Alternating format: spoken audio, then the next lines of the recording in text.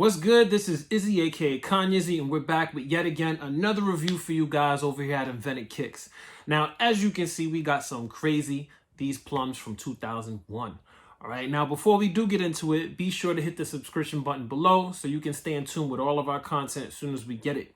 Also, give the video a thumbs up if you do enjoy the content and you do enjoy the video today. As you can see, you already know what it is. In front of us, we have the Nike Dunk Low Code JP, aka the Plums, aka the Ugly Ducklings from 2001. All right, now these haven't seen a release since then, so I'm crazy excited to get into these and talk about this review and just, go over these in general. Wow!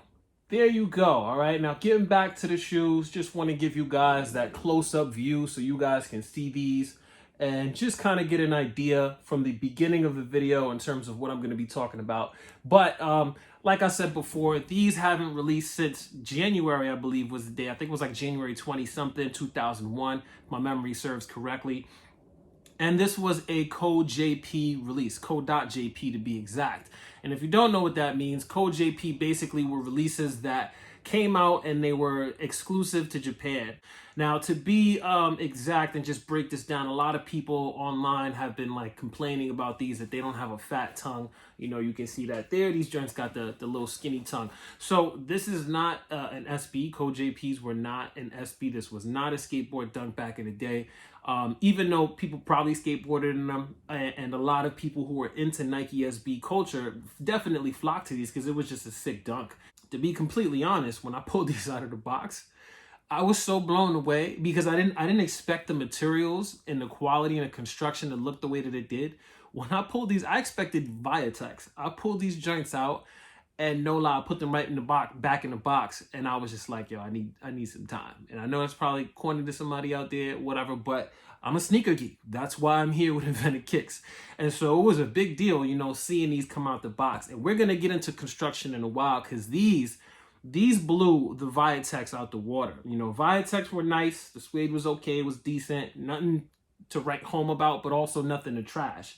But this is another level. This is like holding a timepiece from 2001. We recently reviewed the red cements that are supposed to drop, the Air Jordan 3 red cements. And I talked about how the details on those were so OG. It was like, getting a shoe directly from 1988. Well, this is the same. This bad boy right here is like getting these from 2001. So I know anybody that gets a chance to get these is going to be completely blown away and excited by getting them and seeing how they are and constructed in hand. So in a second, we're going to get right into a comparison, basically showing what some differences are between these and your InventedKicks in terms of the materials and the similarities between these and Pee-wees from my personal collection. If you've ever had the Pee-wee dunks from back in the day, I think they came out in 2007, the Pee-wee highs, those are pretty much as close as it gets to with the suede on this. And the suede on those was so epic that I remember holding on to them and just never wanting to wear them because I was like, my jeans are gonna, it's gonna bleed into them and it's just gonna kill the suede. And the suede was so soft and delicate, it was nothing to play with. So without further ado, let's do it, y'all. Now, getting directly into the comparison between the Plums and the InventedKicks, you can instantly see that there's a difference in the toe box material. You can even see that there's going to be a difference between the toe caps. So it's just not the same. The InventedKicks are kind of lacking. I don't know if this stuff is synthetic, but it looks synthetic. I'm also not, a leather expert, materials expert, so I'm not 100% sure that this material and the materials that we're looking at here on the Plums are going to be genuine. But at the same time, it just blows the InventedKicks out of the water, and it's not even funny. Now, going off of memory and the pictures that I would see of InventedKicks from even, back in the day, even if you look them up now, I think one of the things to note is that the toe caps on the Plums is what probably was made out of the whole entire shoe for InventedKicks back then.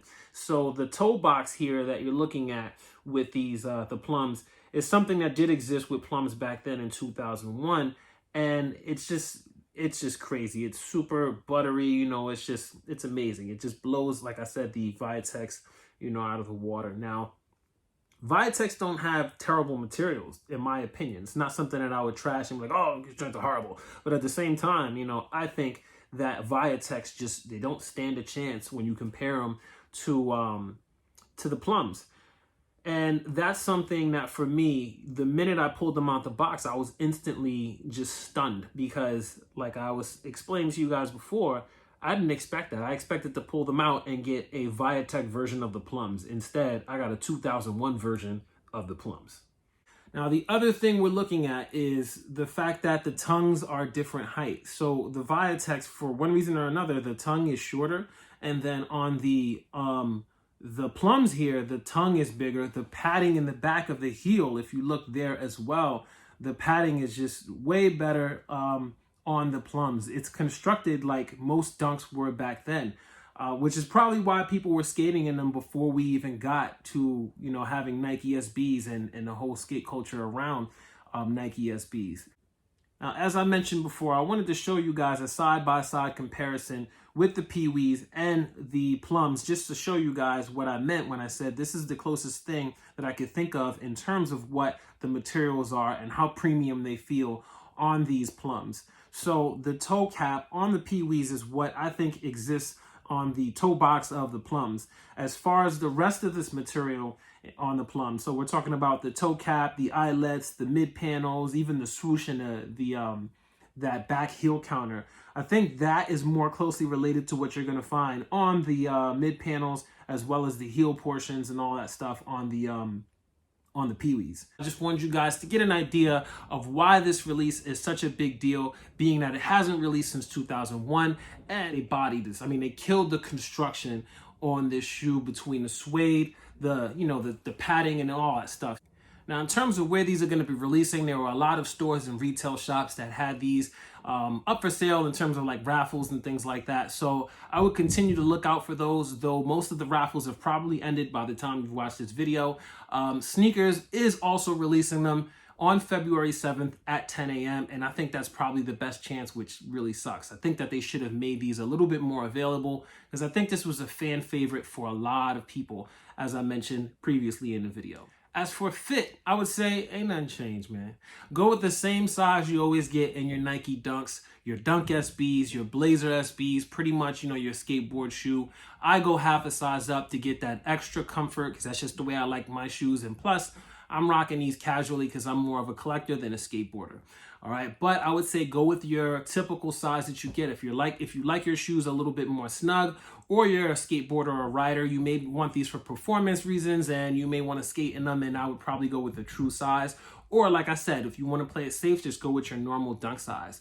Now, for anyone out there that's not into SBs or dunks or Blazers, or if you haven't had a chance to pick up any one of the above, I would say go with your typical Air Jordan size, which for me is going to be the same size, an 11.